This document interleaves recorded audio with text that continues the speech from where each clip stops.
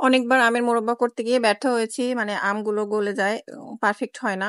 তো এইবার আলহামদুলিল্লাহ পারফেক্ট হয়েছে এবং সেই রেসিপিটা আপনাদের সাথে শেয়ার করতে চলে আসলাম। আসসালামু আলাইকুম। Welcome to wonder food blog. আমি এখানে আম নিয়েছি হচ্ছে ২.৫ কেজি পরিমাণ। আর এই আমগুলোকে আমি কিভাবে প্রসেস করতেছি এবং কিভাবে কি করলে একদম এভাবে গোটা, গোটা থাকবে সেগুলো সবকিছু আপনাদের সাথে আজকে শেয়ার করব। আর এগুলো যদি আপনারা ফলো করেন তাহলে আপনাদের এগুলো পারফেক্ট হবে ইনশাআল্লাহ। তো এখানে আমি আম নিয়েছি ২.৫ কেজি পরিমাণ আর সবগুলোকে কেটে নিয়েছি। আর কাটার পরে ধুয়ে তারপরে কাঁটা চামচ দিয়ে ছিদ্র করে নিয়েছি। আর এখানে হচ্ছে চুন নিয়েছি, খাবার চুন, মানে পানের সাথে যে চুনগুলা খায় ওইগুলা।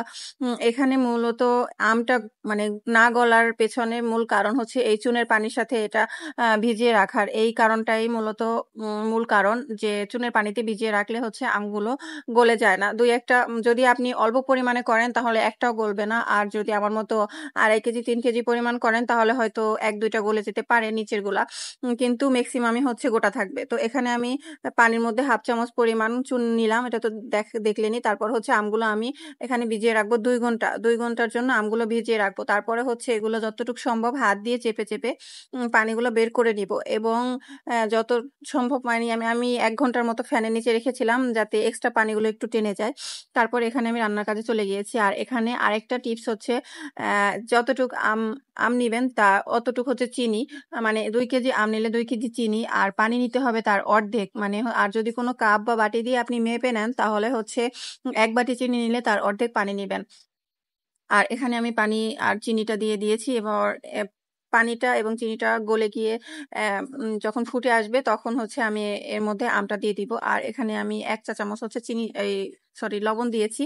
আর এখন দিয়ে দিলাম হচ্ছে গরম মসলা কয়েকটা। উম আর এটা আপনাদের স্বাদমতো দিবেন। যদি কেউ একটু ফ্লেভার বেশি চান তাহলে বেশি দিবেন। আর যদি মোটামুটি চান একটু কম দিবেন। এই তো।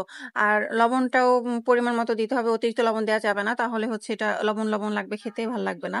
এই যে আমার আমগুলো একদম একটুও পানি নাই। এই যে দেখেন কোনো পানির নাই। আমি ফ্যানের নিচে রেখেছিলাম যার কারণে সব এক্সট্রা পানিগুলো শুকিয়ে গিয়েছে।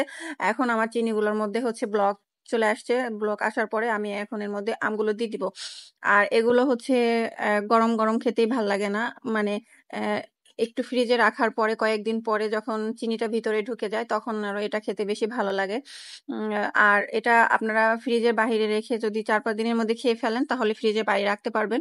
আর যদি মনে করেন যে না একটু আমি রেখে খাবো ২-৩ মাস তাহলে আপনি ফ্রিজের নরমাল চেম্বারে রাখতে পারবেন। আর এটা বেশিদিন অত বেশি দিন রাখা যায় না।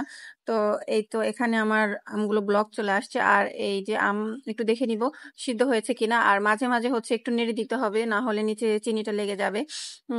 লেগে গেলে আবার পোড়া লেগে গেলে তাহলে তো ভালো লাগবে না, তেতো লাগবে খেতে। তো এই যে আমার রান্না শেষ। আম সিদ্ধ হয়ে গেছে।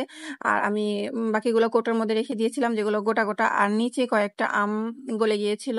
যেহেতু আমি এখানে অনেক পরিমাণ করেছি যার কারণে এই আমটুকু গলে গিয়ে এটা নিয়ে মন খারাপ করার কিছু নয়। এটা গোটা আমের মধ্যে এই আমের ঝোলগুলো রেখে দিব। এখানে চিনির পরিমাণটা বেশি আছে তো ওই গোটাগুলোর মধ্যে চিনিটা বসে যাবে।